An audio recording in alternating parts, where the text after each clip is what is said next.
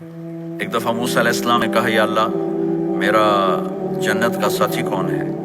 تو اللہ تعالیٰ نے فرمایا کہ وہ جو فلاں آدمی گوشت بیچنے والا، اس کو ہم قصاب کہتے ہیں، قصائی، یہ کوئی اتنا بڑا معزز پیشہ نہیں ہوتا۔ تو موسیٰ علیہ السلام بڑے حیران ہوئے کہ میرا ساتھی گوشت بیچنے والا، تو اس کو دیکھنے چلے گئے۔ دیکھا تو ایک عام آدمی جیسے گوشت بیچ رہا ہے ایسے ہی سارے بازار میں بیٹھا ہوا، دوسرے بھی بیٹھے ہوئے۔ جب شام ہوئی اس نے تھیلے میں گوشت کا ٹکڑا ڈالا اور گھر گیا تو موسیٰ علیہ السلام بھی ساتھ گئے۔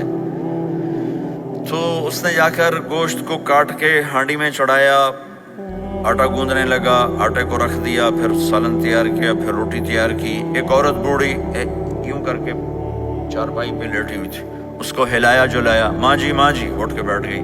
تو اس کو ہاتھ کا سہارا دے کے کھانا کھلایا، اپنے ہاتھوں سے کھلایا، کھلاتا رہا۔ جب اس نے کہا بس تو اس نے اس کا منہ صاف کیا، کلی کرائی۔ جب وہ لیٹنے لگی تو کچھ بولی، تو موسیٰ علیہ السلام دور کھڑے تھے، سمجھے نہیں کہ یہ کیا بول رہی۔ تو موسیٰ علیہ السلام نے پوچھا یہ کیا کہہ رہی تھی؟ وہ کہنے لگا حضور کیا بتاؤں کیا کہہ رہی تھی، جب بھی اس کی خدمت کرتا ہوں تو یہ مجھے دعا دیتی ہے کہ اللہ تجھے جنت میں موسیٰ کا ساتھی بنائے۔ تو میں تو غریب کسائی ہوں، موسیٰ تو بہت بڑا نبی ہے۔ تو موسیٰ علیہ السلام نے فرمایا تیری ماں نے تیرا کام کر دیا ہے، تیری ماں نے تیرا کام کر دیا ہے۔ میرے عزیزو، ممکن ہے ماں باپ کی خدمت کرنا، دعا لینا تمہیں یہاں مشکل نظر آئے، لیکن اللہ کی قسم اسی میں آپ کی دنیا چھپی ہوئی ہے، اسی میں آپ کی آخرت چھپی ہوئی ہے۔ اپنے ماں باپ کی دعا لو، اپنے ماں باپ کی دعا لو، اپنے ماں باپ کی دعا لو۔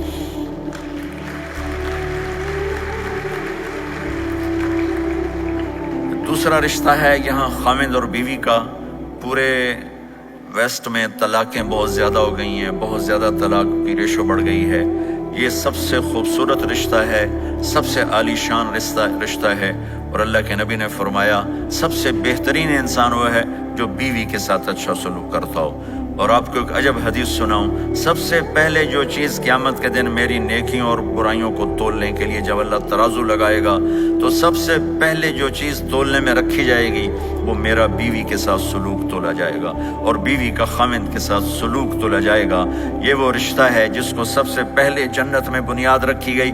اللہ نے آدم اور حوا کا نکاح پڑھا کر انہیں خامند اور بیوی کے رشتے میں جوڑا، اور یہی رشتہ جنت میں جا کے آخر میں بھی یہی رشتہ ہے، وہ خامند اور بیوی کا رشتہ ہے۔